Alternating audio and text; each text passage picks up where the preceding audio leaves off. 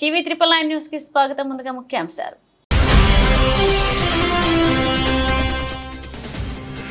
Sitarama project పనులను పరిశీలించిన మంత్రి పొంగిరెడ్డి శ్రీనివాసరెడ్డి ఆగస్టు వరకు 2 మైనర్ ప్రాజెక్టులకు గోదావరి నీటిని తరలించే ప్రయత్నం చేస్తున్నట్లుగా వెల్లడి.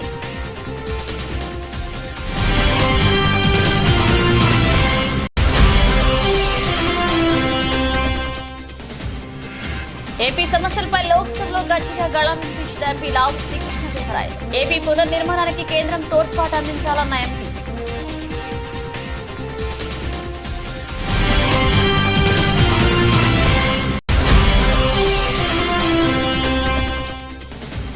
జగిత్యాల ఎమ్మెల్యే సంజయ్ కుమార్ రాజకీయంగా ఆత్మహత్య చేసుకున్నారన్న మాజీ మంత్రి కేటీఆర్. పార్టీ మారిన సంజయ్ ని వెంటబడి మరీ ఓడిద్దామని పిలుపు.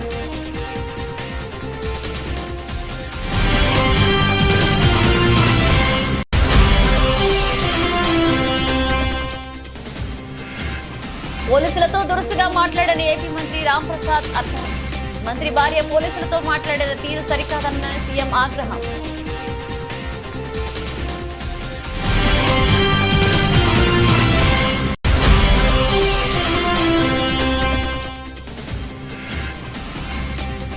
నిరుద్యోగుల సమస్యల పరిష్కారం కోసం ఉస్మానియా యూనివర్సిటీ జేఏసీ నేత మోతిలాల్ దీక్ష.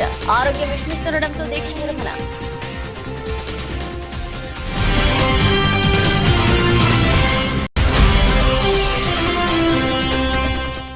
ఏకైక టెస్ట్ లో భారత మహిళా జట్టు ఘన విజయం. స్నేహరానా పేరిట అరుదైన రికార్డ్.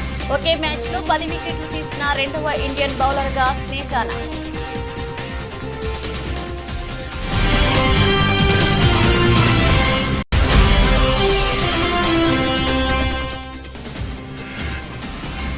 ఆల్ టైమ్ రికార్డ్ స్థాయికి BSE small cap mid cap సూచీలు రాణించిన ఐటీ బ్యాంకింగ్ రంగ షేర్.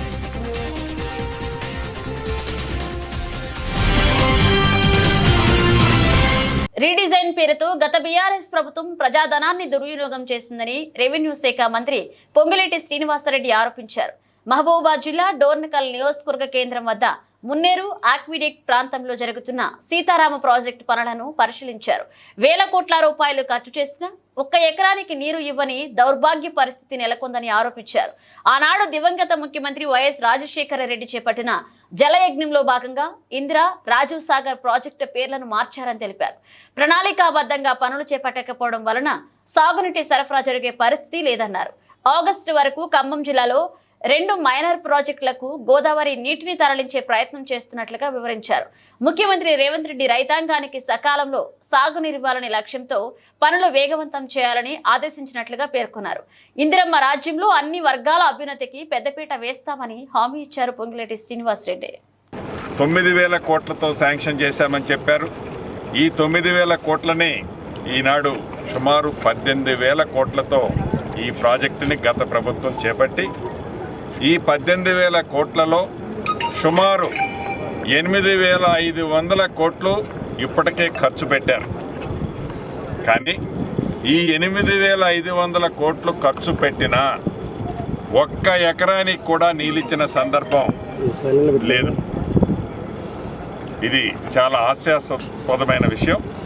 దీన్ని పేదోడు రాజ్యం రావాలి అని గడిచిన అసెంబ్లీ ఎన్నికల్లో యావత్ తెలంగాణ ప్రజల దీవెనలతో ఇందిరమ్మ రాజ్యం వచ్చిన తర్వాత యుద్ధ ప్రాతిపదిక మీద గౌరవ ముఖ్యమంత్రి రేవంత్ రెడ్డి గారి నాయకత్వంలో ఉత్తమ్ కుమార్ రెడ్డి గారు మంత్రి గారు సారథ్యంలో ఇరిగేషన్ ప్రాజెక్టులలో ముఖ్యంగా ఉమ్మడి ఖమ్మం జిల్లా, పాత వరంగల్ జిల్లాలోని కొంత ప్రాంతానికి నీరిచ్చే దాంట్లో భాగమైన ఈ ప్రాజెక్టుని ఈనాడు పూర్తి చేసే దిశలో కార్యక్రమాన్ని చేపట్టడం జరిగింది. దాంట్లో భాగంగానే 15 రోజుల క్రితం హెడ్ వర్క్స్ని, ఫస్ట్ లిఫ్ట్ని, థర్డ్ లిఫ్ట్ని పరిశీలించాం. గౌరవ ఇరిగేషన్ శాఖ మంత్రి గారు, డిప్యూటీ సీఎం గారు, మిగతా మంత్రులమంతా మేము మొదటి లిఫ్ట్లో వెట్ రన్ను కూడా 4 రోజుల క్రితం ట్రయల్ వేయటం జరిగింది. అంటే హెడ్ రీచ్లో కంప్లీట్ అయినా కూడా థైలాండ్ అయిన పాలేరు దాకా నీళ్లు రావాలి అంటే మధ్యలో కొన్ని ప్రాంతాలలో ఇప్పటికీ టెండర్లే ఫైనల్ చేయాలి మెయిన్ కెనాల్. దాన్ని కూడా ఈ ఇందిరమ్మ రాజ్యంలో ఆ గ్యాపులను కూడా టెండర్ల ప్రాసెస్ని యుద్ధ ప్రాతిపదిక మీద చేపడుతున్నాం. టీడీపీ ఎంపీ లావు శ్రీకృష్ణదేవరాయలు లోక్సభలో ఏపీ సమస్యలపై గళం వినిపించారు. ఏపీ పునర్నిర్మాణం జరుపుకుంటుందని ప్రధాని నరేంద్ర మోదీ కేంద్ర కేబినెట్ మరింత సహాయం చేయాల్సిన అవసరం ఉందన్నారు. ఏపీ పునర్నిర్మాణం అనేది అత్యంత ప్రాధాన్యత అంశమని లావు శ్రీకృష్ణదేవరాయలు స్పష్టం చేశారు. విశాఖ చెన్నై ఎకనామిక్ కారిడార్ ఏర్పాటుకు కేంద్రం తోడ్పాటు అందించాలన్నారు. ఈ ఎకనామిక్ కారిడార్ తో Visakha port, Kakinada port, Machilipatnam port, Krishnapatnam port అనుసంధానం చేయొచ్చన్నారు. ఈ కారిడార్ పూర్తయితే ఏపీకి భారీగా పెట్టుబడులు వస్తాయని, కొత్త పరిశ్రమలు వస్తాయన్నారు. ఈ ఎకనామిక్ కారిడార్ ద్వారా రాష్ట్రానికి తూర్పు ఆసియా దేశాలకు మధ్య అనుసంధానత ఏర్పడుతుందన్నారు. అటు ఏపీకి రైల్వే ప్రాజెక్టులు, విద్యా సంస్థల ఏర్పాటు, నిర్మాణం తదితర అంశాలలోనూ కేంద్రం నుంచి సహాయ సహకారాలు అందుతాయని ఆశిస్తున్నామంటూ లావు శ్రీకృష్ణదేవరాయలు తన ప్రసంగంలో పేర్కొన్నారు. Prime Minister and the other cabinet ministers to extend a helping hand in reconstruction and rebuilding of Andhra Pradesh. So I have used the word reconstruction and rebuilding. It's a very strong word because we are faced with two issues, sir. The first issue being, you all know, we have been talking about this for the last 5 years, and my senior colleagues have been talking about for the last 10 years about revenue deficit that Andhra Pradesh is facing for the last 10 years, sir. We are struggling with this, so I request the Finance Ministry to actually release the revenue deficit. Whatever we are facing, the gap that we have, that is supposed to be released almost 7 to 8 years back, we expect them to release it, sir. And also the second problem that we are actually facing is with respect to the debt that we are facing to the tune of 13.5 lakh crores, sir. If the debt is taken to actually add infrastructure, it's no problem, sir. But the problem is in Andhra Pradesh, mainly in the last 5 years, this debt has been taken and no new infrastructure has been added to the state of Andhra Pradesh. So that is what is the problem that we are facing right now, sir. So I expect the Honorable Prime Minister and also the ministers who are sitting here to actually address these problems, sir. Starting with, sir, I request the Jal Shakti Ministry, sir, to actually look at the national project that is Polavaram, sir. It is being lying in the limbo for the last 5 years, sir. No progress has been made. I thank Jal Shakti Ministry for sending a new team so that they can inspect and assess the situation on ground, sir. But we want it to be expedited because this is a project that can give irrigation water to almost 4.3 lakh hectares in the state, sir, and also provide drinking water to almost 28.5 lakh houses also, sir, and also 960 megawatt of hydel power also can be created through this, sir. So we want, this is a national project that is being lying in the limbo for the last 5 years. So we want this project to be expedited, sir. Jagtial MLA Sanjay Kumar రాజకీయంగా ఆత్మహత్య చేసుకున్నారని, కానీ ఇక్కడి కార్యకర్తలకు తామండగా ఉంటామని BRS working president KCR అన్నారు. జగిత్యాలలో తాను గల్లీ గల్లీ తిరుగుతానని హామీ ఇచ్చారు. కవితక్క కూడా వస్తారని అండగా ఉంటారన్నారు. జగిత్యాల జిల్లా కేంద్రంలో నిర్వహించిన జిల్లా బీఆర్ఎస్ పార్టీ సమావేశంలో కేసీఆర్ మాట్లాడుతూ రాజకీయాల్లో హత్యలు ఉండవని, ఆత్మహత్యలే ఉంటాయన్నారు. పార్టీ మారిన ఎమ్మెల్యే సంజయ్ ని వెంటపడి మరీ ఓడిద్దామని పిలుపునిచ్చారు. ఆయన బండ కట్టుకుని బావిలో దూకాడని, కానీ మనం ధైర్యంగా ముందుకు సాగుతామని కార్యకర్తలకు సూచించారు కేటీఆర్. పెద్దలు ఎప్పుడొకటి చెప్తారు, రాజకీయాల్లో హత్యలు ఉండవు, ఆత్మహత్యలే ఉంటాయి. మీ జగిత్యాల ఎమ్మెల్యే ఆత్మహత్య చేసుకున్నాడు, బావిలో దుంకిడు బండ కట్టుకొని. ఆయన జావని మనం ధైర్యంగా నిలబడదాం. లోకల్ బాడీ ఎన్నికల్లో మీ కండగా మేమందరం ఉంటాం. నేను జగిత్యాలలో తప్పకుండా గల్లీ గల్లీ తిరుగుతా, కవితక్క కూడా వస్తది, తప్పకుండా తిరుగుతుంది, తప్పకుండా మీ అందరు కండగా ఉంటామని చెప్పి కూడా తెలియజేస్తూ, ఎట్లనైతే కష్టపడి ఎమ్మెల్యేని గెలిపించినామో అంతకంటే డబల్ కష్టం చేద్దాం. వీడిని ఓడించేదాకా తప్పకుండా ఎంబడబడదామనే మాట మళ్ళొకసారి విజ్ఞప్తి చేస్తూ 1975వ సంవత్సరంలోకి దేశ వ్యాప్తంగా ఎమర్జెన్సీని విధించి రాజ్యాంగ స్ఫూర్తిని దెబ్బతీసిన వారు, అదే విధంగా వేలాది మంది సిక్కులను ఊచకోత కోసిన వారు పార్లమెంట్ లో నీతులు పలకడం హాస్యాస్పదంగా ఉందని బీజేపీ ఎంపీ పురంధేశ్వరి అన్నారు.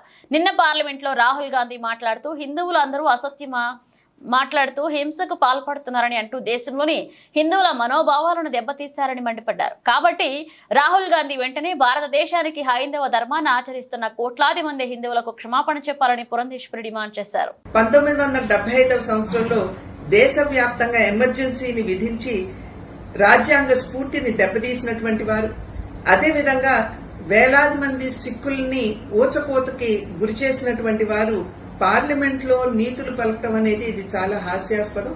నిన్న రాహుల్ గాంధీ గారు పార్లమెంట్ లో నిలబడి హిందువులందరూ కూడా అసత్యాలు పలుకుతారని, అదేవిధంగా వారు హింసకి పాల్పడతారని మరి వారు చెప్పడం అనేది దేశంలో హిందూ ధర్మాన్ని ఆచరిస్తున్నటువంటి కోట్లాది మంది మనోభావాల్ని వారు దెబ్బతీయటమే. కనుక రాహుల్ గాంధీ గారు వెంటనే భారతదేశానికి అదేవిధంగా హైందవ ధర్మాన్ని ఆచరిస్తున్నటువంటి హిందువులందరికీ కూడా వారు వెంటనే క్షమాపణ చెప్పాలి. కంటోన్మెంట్ ను జెహెచ్ఎంసీలో విలీనం ప్రక్రియ బీఆర్ఎస్ ప్రభుత్వ హయాంలో జరిగితే సిగ్గు లేకుండా కాంగ్రెస్ తన ఖాతాలో వేసుకునే ప్రయత్నం చేస్తుందని బీఆర్ఎస్ నేత కృషాంక్ అన్నారు. ఈ విషయమై ఆయన మీడియాతో మాట్లాడారు. ఆల్రెడీ పాలాభిషేకాలు మొదలు పెట్టుకున్నారు. కంటోన్మెంట్ మర్జర్ విషయంలో రేవంత్ రెడ్డి గారే నరేంద్ర మోదీ గారిని ఒప్పించి కంటోన్మెంట్ రాష్ట్ర ప్రభుత్వం మున్సిపాలిటీలో మర్జ్ అయ్యే విషయంగా వాటిని విలీనం చేసే నిర్ణయం కూడా రేవంత్ రెడ్డి గారే తీసుకున్నారని. ఇది 4 జనవరి 2023 కేసీఆర్ గారి ప్రభుత్వంలో కంటోన్మెంట్ బోర్డు విలీనం కోసం వేసిన కమిటీలో 8 సభ్యులతోని చేసిన కమిటీలో అందులో గత ప్రభుత్వం కేసీఆర్ గారి ప్రభుత్వంలో MAUD శాఖ సెక్రటరీని అంటే కేటీఆర్ గారు మంత్రిగా ఉన్నప్పుడు ఆ శాఖకు సంబంధించిన కార్యదర్శిని కూడా ఈ కమిటీలో వేశారు. ఇందులో చాలా స్పష్టంగా ఉన్నది. 23 మే 2022లోనే అప్పటి ముఖ్యమంత్రి కేసీఆర్ గారు కంటోన్మెంట్ బోర్డును రాష్ట్ర ప్రభుత్వంలో విలీనం చేయాలి అని సూత్రప్రాయంగా ఒప్పుకున్నట్టు కేంద్ర ప్రభుత్వానికి రాసించినట్టు ఈ లేఖలో ఉన్నది. కానీ రేవంత్ రెడ్డి గారు కాంగ్రెస్ ఖాతాలకు వేసుకుంటున్నది. పాలాభిషేకాలు మొత్తం మేమే చేసుకుని వచ్చినాం. విచిత్రం ఏంటంటే దేశవ్యాప్తంగా తీసుకున్న నిర్ణయం అది. దేశవ్యాప్తంగా మొన్న 28 జూన్ నాడు కేంద్ర ప్రభుత్వం అన్ని కంటోన్మెంట్ బోర్డ్స్ ను విలీనం చేయాలి అనేది వాళ్ళు తీసుకున్న ఆలోచన. దానికోసం రాష్ట్ర ప్రభుత్వాలను అడిగితే దానికోసం ఒకసారి కాదు 2 సార్లు కాదు ఇంతమంది రక్షణ శాఖ మంత్రులను కేటీఆర్ గారు వెళ్ళి కలిసి పర్సనల్ గా మోదీ గారి ప్రభుత్వంలో స్వర్గీయులు సుష్మా స్వరాజ్ గారి నుంచి మొదలు పెట్టుకుంటే స్వర్గీయులు మనోహర్ పారేకర్ గారు, ఆ తర్వాత అరుణ్ జైట్లీ గారు, నిర్మలా సీతారామన్ గారిని కూడా కలిసి, రాజ్నాథ్ సింగ్ గారిని కూడా కలిసి ఎన్నోసార్లు మరి రక్షణ శాఖ భూములు విలీనం వీటన్నిటి విషయం మీద కూడా కేటీఆర్ గారు దశాబ్ది మొత్తం కూడా పోరాటం చేసి ఆ తర్వాత ఆ కమిటీలో కూడా భాగస్వాములు అయ్యి ఈ విలీనం కోసం కమిటీలో మొత్తం ఆ మ్యాప్ కానివ్వండి, ఏ భూములు ఉన్నాయి రాష్ట్ర ప్రభుత్వానికి చెందినవి, అందులో పేదవాళ్లకు రావాల్సినవి. మరి రేవంత్ రెడ్డి గారి పాత్ర ఏంటిది? రేవంత్ రెడ్డి గారి పాత్ర ఈ డాక్యుమెంట్ తో తెలుస్తున్నది. నిరుద్యోగుల సమస్య పరిష్కారం కోసం నిరాహార దీక్ష చేపట్టిన ఉస్మానియా యూనివర్సిటీ జేఏసీ నేత మోతీలాల్ నాయక్ దీక్ష విరమించారు. గ్రూప్ 2, గ్రూప్ 3 ఉద్యోగాల పెంచడంతో పాటు గ్రూప్ 1లో 1:100 రేషియోలో భర్తీ చేయాలన్నది మోతీలాల్ డిమాండ్. ఇక 9 రోజులుగా గౌందీ ఆసుపత్రిలో దీక్ష చేస్తున్న ప్రభుత్వం నుంచి ఎలాంటి స్పందన లేకపోవడం, ఆరోగ్యం క్షీణించడం, కిడ్నీలు కాలేయం దెబ్బతినే అవకాశం ఉండడంతో దీక్ష విరమించినట్లుగా మోతీలాల్ తెలిపారు. ఈ సందర్భంగా ఆయన మాట్లాడుతూ ప్రత్యేక రాష్ట్రం సిద్ధించిన నిరుద్యోగుల సమస్య మాత్రం పరిష్కారం కాలేదని ఆవేదన చెందారు. సమస్యలు పరిష్కారం అయ్యే వరకు పోరాడతామని, రేపటి నుంచి పోరాటాన్ని మరింత ఉధృతం చేస్తామని తెలిపారు. గ్రూప్ 1 1:100 చేయాలి, గ్రూప్ 2 2000 పోస్టులు పెంచాలి, గ్రూప్ 3 3000 పోస్టులు పెంచాలి, డిఎస్సి పోస్ట్ పోన్ చేయాలి, మెగా డిఎస్సి 25,000 నోటిఫికేషన్ చేయాలి. వాళ్ళు 2 లక్షల ఉద్యోగాలు అన్నారు. మేము 2 లక్షల ఉద్యోగాలు అడగలేదు. 30,000 నేను మాట్లాడిన దాని ప్రకారంగా అవి 30,000 ఉద్యోగాలు కూడా లేవు. మరి 30,000 ఉద్యోగాలు కూడా నువ్వు వచ్చిన సంవత్సరంలో 2 లక్షలు ఇస్తా ఉన్నప్పుడు 30,000 ఉద్యోగాలు కూడా నువ్వు ఇవ్వకపోతే నేను నిరుద్యోగులకు ఏం అండగా నిలబడినట్టు? జాబ్ క్యాలెండర్ ఎవరు అడగట్లే. నేను 2 లక్షల్లో ఉంటున్నాను చెప్పినంత మాత్రం నేను ఎవరు నమ్మలే. నీ నిరుద్యోగ వృత్తికి ఎవరు ఆశపడలే.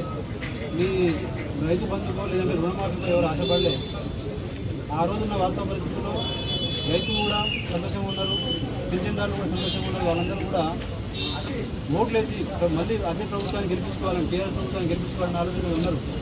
కానీ వీళ్ళ పిల్లల భవిష్యత్తు చూసి, మా ముఖాలను చూసి, మేము పోయి మా ముఖాన్ని చూసి మా కోసం ఓటేస్తే ప్రభుత్వం మాకు చేసింది ఏంటంటే ఈ ఆమరణ నిరాహార దీక్ష చేసే స్థాయికి తీసుకొచ్చారు.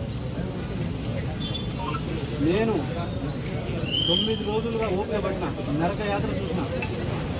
రేపటి నుంచి ఒక్కొక్క గడియ ప్రభుత్వానికి మేము చేసే పోరాటం ఎట్లా ఉంటుందో నేను చేసి చూపిస్తాను. మిగతా మీరు మద్దతు ఇచ్చిన ప్రతి ఒక్కరికి కూడా నేను ఇప్పుడు ఈ ప్రెస్ మీట్ అయిన తర్వాత వాళ్ళందరినీ కలుసుకుంటూ వాళ్ళ యొక్క రేపు మేము నిరుద్యోగం చేయబోయే రేపటి నుంచి ఇప్పుడు దాకా తినకుండా చేసినా, తాగకుండా చేసినా, రేపు తింటూ తాగుతూ చేస్తే రేపు ఈ ప్రభుత్వం ఏ విధంగా మమ్మల్ని అడ్డుకుంటుందో, మీరు వాళ్ళు ఏ విధంగా మమ్మల్ని అడ్డుపడతారో మీరు వాళ్ళ విజ్ఞతకి వదిలేస్తా. వాళ్ళు ఏపీ రవాణా శాఖ మంత్రి మండిపల్లె రాంప్రసాద్ రెడ్డి భార్య హరితారెడ్డి పోలీసులతో వ్యవహరించిన తీరు, ఆమె మాట్లాడిన విధానం సర్వత్రా విమర్శలకు దారితీసింది. రాయచోటిలో తనకు పోలీసులు ఎస్కార్ట్ గా రావాలని, పోలీసుల కోసం ఎంతసేపు వేచి చూడాలని ఆమె ఓ పోలీస్ అధికారిపై చిందులు తొక్కారు. దీనిపై ముఖ్యమంత్రి చంద్రబాబు ఆగ్రహాన్ని వ్యక్తం చేశారు. మంత్రి భార్య పోలీసులతో మాట్లాడిన తీరు సరికాదని పేర్కొన్నారు. ఇక పోలీసులు, అధికారులు, ఇతర ఉద్యోగుల పట్ల ప్రతి ఒక్కరూ గౌరవభావంతో మెలగాలని, ప్రభుత్వానికి అప్రతిష్ట తెచ్చేలా వ్యవహరిస్తే సహించేది లేదని చంద్రబాబు స్పష్టం చేశారు. కాగా ఈ ఘటనపై మంత్రి రాంప్రసాద్ రెడ్డి స్పందించారు. తన భార్య హరితారెడ్డి పోలీసులతో వ్యవహరించిన తీరు పట్ల ఆయన విచారం వ్యక్తం చేశారు. ఇలాంటి ఘటనలు మరొకసారి జరగకుండా చూసుకుంటామని హామీ ఇచ్చారు.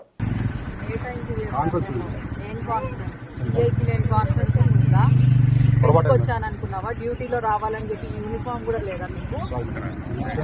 దేనికి సారీ? ఏంటి పొరపాటు?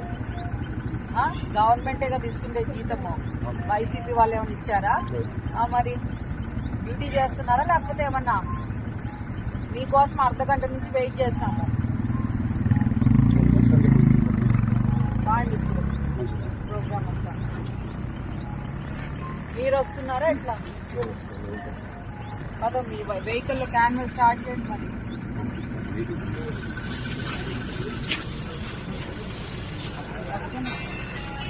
Malkajgiri circle, LB Nagar colony, GHMC park పరిసర ప్రాంతాల్లో ఇతర కాలనీ వారు మరియు ఆర్మీలు వాహనాలపై వచ్చి చెత్త వేస్తున్నారని స్థానిక రెసిడెన్షియల్ వెల్ఫేర్ అసోసియేషన్ వారు స్థానిక కార్పొరేటర్ వి శ్రావణ్ కుమార్ కి చారవాణి ద్వారా తెలియపరచగా, అందుకు వెంటనే బస్తీ ప్రణాళిక కార్యక్రమం ద్వారా ఎల్బీ నగర్ కాలనీ యందు అవగాహన ర్యాలీ కార్యక్రమాన్ని నిర్వహించడం జరిగింది. ఈ కార్యక్రమంలో స్థానిక కార్పొరేటర్ శ్రావణ్ కుమార్ మాట్లాడుతూ, పరిసరాల పరిశుభ్రత ప్రతి ఒక్కరికి బాధ్యత అని, జీహెచ్ఎంసీ వారు ఏర్పాటు చేసిన స్వచ్ఛ ఆటోను ఉపయోగించుకోవాలని, అలాగే స్వచ్ఛ ఆటో టిప్పర్ కు మాత్రమే చెత్త ఇవ్వాలని, అందుకు స్వచ్ఛ ఆటో టిప్పర్ వారికి 100 రూపాయలు ప్రతి నెల ఇవ్వాలని తెలిపారు. ఇక స్వచ్ఛ ఆటో టిప్పర్ వారు దూర ప్రాంతాలకు వెళ్లినట్లయితే ఇక ఇతరులచే వారి ఆటో సేవలు అందించినట్లుగా ఏర్పాటు చేసుకోవాలని ఆటో టిప్పర్ వారికి తెలియజేశారు. Pollution kills. Pollution kills. Pollution kills. Pollution kills. Say no to garbage. Say no to garbage. Keep the city clean and green. ఆపరేషన్లు, రకరకాల రోగాలు. 100 సంవత్సరాలు బతికినోడు 60 సంవత్సరాలు పక్కా రేపు పొద్దున వచ్చిన తర్వాత మేము ఈ పని చేస్తామని చెప్పి మీ సార్కి రాసి అడతా. ఒక బాక్స్ పెట్టి నాకోసం కాదు చెప్పట్లేదు, వాళ్ళకే చెప్పట్లేదు. ఎందుకంటే వాళ్ళు ఈ పని చేస్తున్నారు, మనకి హెల్ప్ చేస్తున్నారు పిల్లలు. మీరందరూ కావాలంటే నాకు వాట్సాప్ చేసినా సరే సార్కి ఒక డబ్బాలో చిట్టీలు రాసి we have done this job, I'm proud to say I have done this job అని పెట్టారు.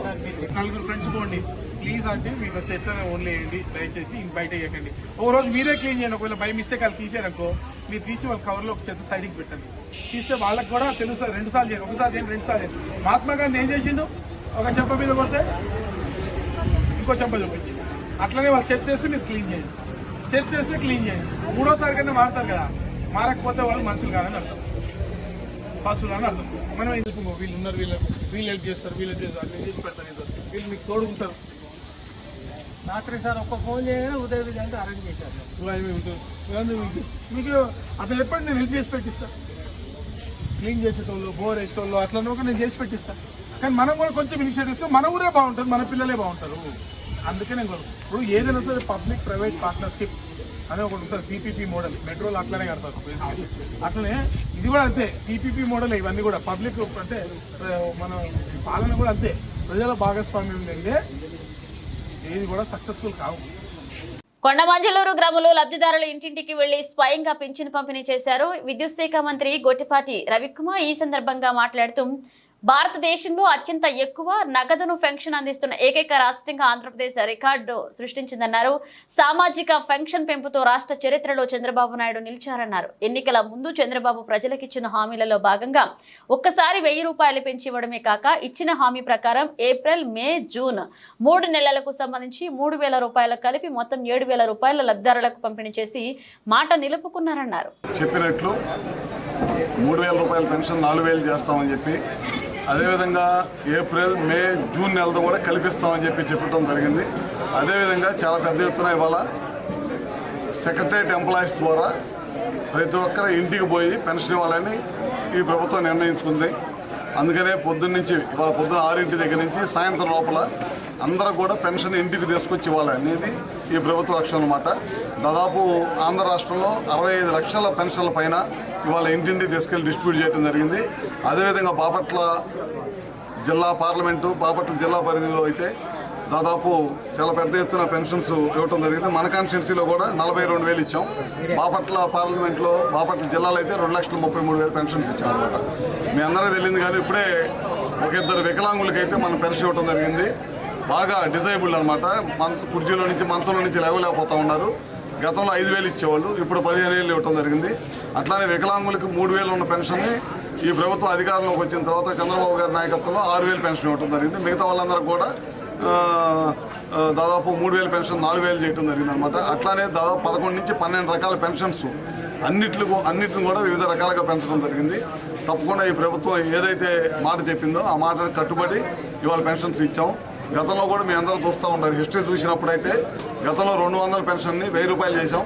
1,000 రూపాయల పెన్షన్ని మళ్ళీ 2019 జనవరి నుంచి 2,000 చేయడం జరిగింది అనమాట. తర్వాత తెలుగుదేశం ప్రభుత్వం అధికారం కోల్పోయిన తర్వాత జగన్మోహన్ రెడ్డి 3,000 పెన్షన్ ఇస్తానని చెప్పి కేవలం 3,000 పెన్షన్ ఇవ్వడం కోసం ఆయనకు 5 సంవత్సరాలు పట్టింది. కానీ ఈ ప్రభుత్వం అధికారంలోకి వచ్చిన తర్వాత ఏదైతే మాట చెప్పామో ఆ రోజు ఒకేసారి ఇస్తామని చెప్పాము. ఒకేసారి ఈటింగ్ కాకుండా ఏప్రిల్, మే, జూన్ నెలల్లో సంబంధించి కూడా పెన్షన్ కూడా కల్పిస్తామని చెప్పాము. అందుకని వాళ్ళ 3,000తో పాటు మిగతాది 1,000 రూపాయలు పెంచింది కానీ మిగతా బాకీ కానీ 3,000 కానీ మొత్తం కూడా 7,000 రూపాయలని ప్రతి ఒక్కరికి కూడా ఇవాళ ఇవ్వడం జరిగింది. 65 లక్షల పైన జనాభాకి ఇవ్వడం జరిగింది. హన్మకొండ జిల్లా కాంగ్రెస్ పార్టీ కార్యాలయంలో నేడు ఏర్పాటు చేసిన పత్రికా విలేకరుల సమావేశం నిర్వహించడం జరిగింది. ఈ సందర్భంగా జిల్లా గ్రంథాలయ సంస్థ మాజీ చైర్మన్ మహమ్మద్ ఆజీజ్ ఖాన్ మాట్లాడుతూ హన్మకొండ జిల్లా అభివృద్ధిపై మొన్న ముఖ్యమంత్రి సమీక్ష నిర్వహించారు. గత ప్రభుత్వంలో ముఖ్యమంత్రి సమీక్షలు హైదరాబాద్ పరిమితం చేసేవారు, లేకుంటే తన ఫామ్ హౌస్ కి పరిమితం చేసేవారు. కానీ ముఖ్యమంత్రి రేవంత్ రెడ్డి ప్రజల వద్దకే పోవాలి, అక్కడ సమస్యలు అక్కడ ఉండి తెలుసుకోవాలనే ఉద్దేశంతో అధికారులతో హన్మకొండకు రావడం జరిగింది. రానున్న రోజుల్లో అభివృద్ధి ఏ విధంగా చేయాలనే అంశంపై సమీక్ష సమావేశాన్ని నిర్వహించడం జరిగింది. అది తట్టుకోలేకే బీఆర్ఎస్ పార్టీ నాయకులు, అభివృద్ధి నిరోధకులు తమ స్వంత ప్రయోజనాల కోసం నేతల ముప్పు పొందడం కోసం ఇష్టం వచ్చినట్లుగా మాట్లాడుతున్నారని అన్నారు. ముఖ్యమంత్రి వర్యులు, మాజీ ముఖ్యమంత్రులు కేసీఆర్ గారు సమీక్షలు హైదరాబాద్కే పరిమితం చేసేవారు, ఎర్రవెల్లి ఫామ్ హౌస్కే పరిమితం చేసేవారు. అలా కాకుండా ప్రజల వద్దకే పోవాలి, జిల్లాకి పోవాలి, అక్కడి అధికారులతో మాట్లాడాలి, అక్కడి సాధక తెలుసుకోవాలి, అక్కడ సమీక్షించి డెవలప్మెంట్ విషయంలో వారికి సూచనలు ఇవ్వాలని చెప్పి ఒక బృహత్త కార్యక్రమం తీసుకొని వరంగల్కి రావడం జరిగింది. ఆ సమీక్ష సమావేశానంతరం సమీక్షలో కొన్ని ఇనాగ్రేషన్స్, కొన్ని ఇన్స్పెక్షన్స్, తర్వాత కలెక్టరేట్ ఆఫీస్లో ఆఫీసర్స్ అందరినీ అప్రమత్తం చేయడం, రానున్న రోజుల్లో అభివృద్ధి ఎలా జరగాలి అనే విషయంలో కట్టబెట్టుకుని నడిపించే ప్రయత్నం, తర్వాత ఇన్ఛార్జ్ మినిస్టర్లు 20 రోజులకు ఒకసారి సమీక్ష అభివృద్ధి ప్రయత్నం చేయాలని ఒక ఆలోచనతో ఒక విప్లవాత్మక నిర్ణయం తీసుకొని ఇక్కడ ఒక సమీక్ష చేయడం జరిగింది.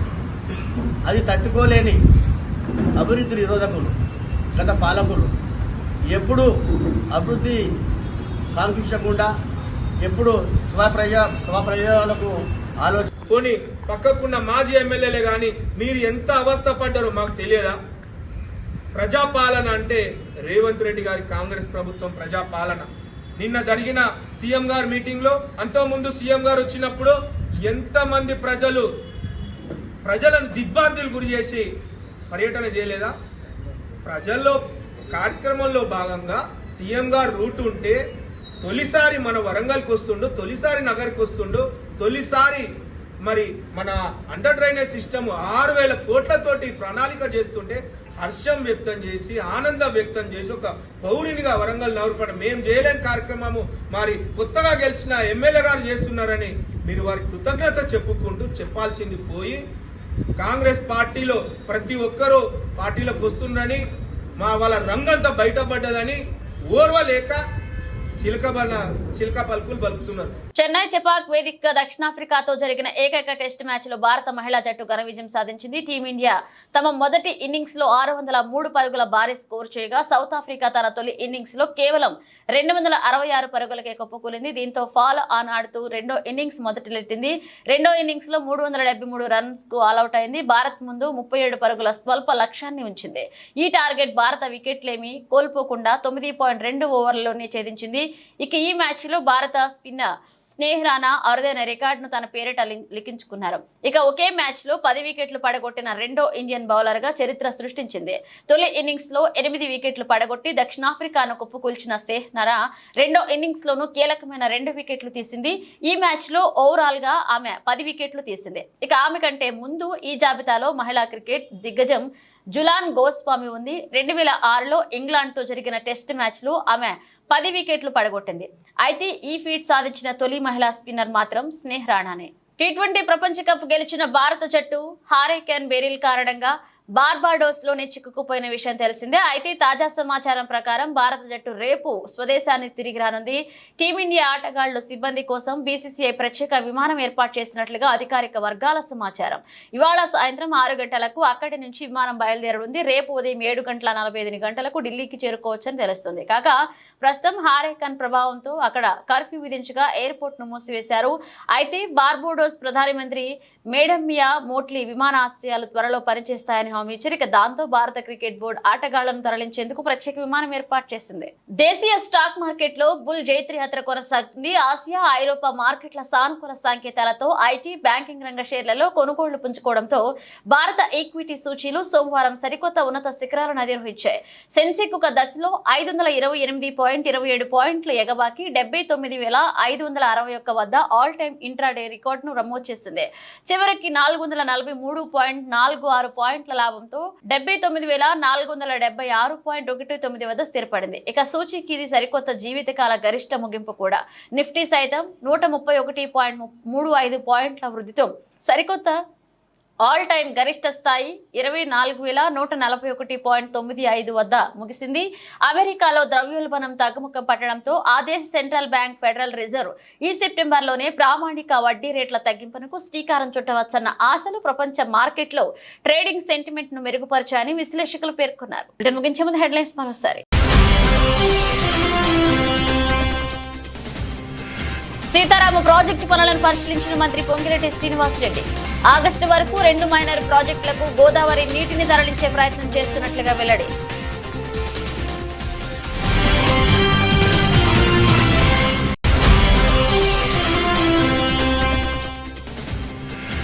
ఏపీ సమస్యలపై లోక్సభలో గట్టిగా గళం వినిపించిన ఎంపీ లావు శ్రీకృష్ణదేవరాయలు. ఏపీ పునర్నిర్మాణానికి కేంద్రం తోడ్పాటు అందించాలన్న ఎంపీ.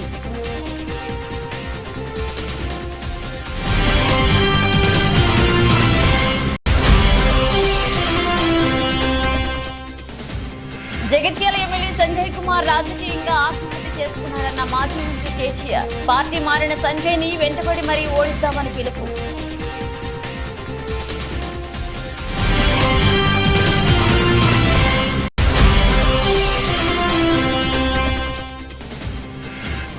పోలీసులతో దురుసుగా మాట్లాడని ఏపీ మంత్రి రాంప్రసాద్ అర్థం. మంత్రి భార్య పోలీసులతో మాట్లాడిన తీరు సరికాదన్న సీఎం ఆగ్రహం.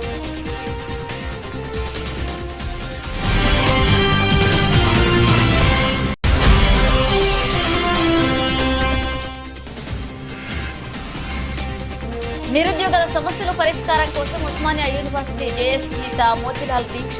ఆరోగ్యం విషమిస్తుండటంతో దీక్ష విరమణ.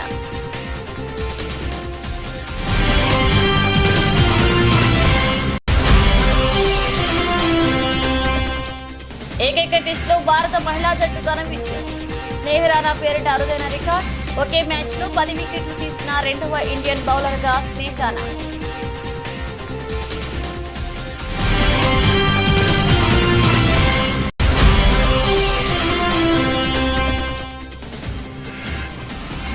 ఆల్ టైమ్ రికార్డ్ స్థాయికి BSE small cap, mid cap సూచీలు రాణించిన ఐటీ, బ్యాంకింగ్ రంగ షేర్.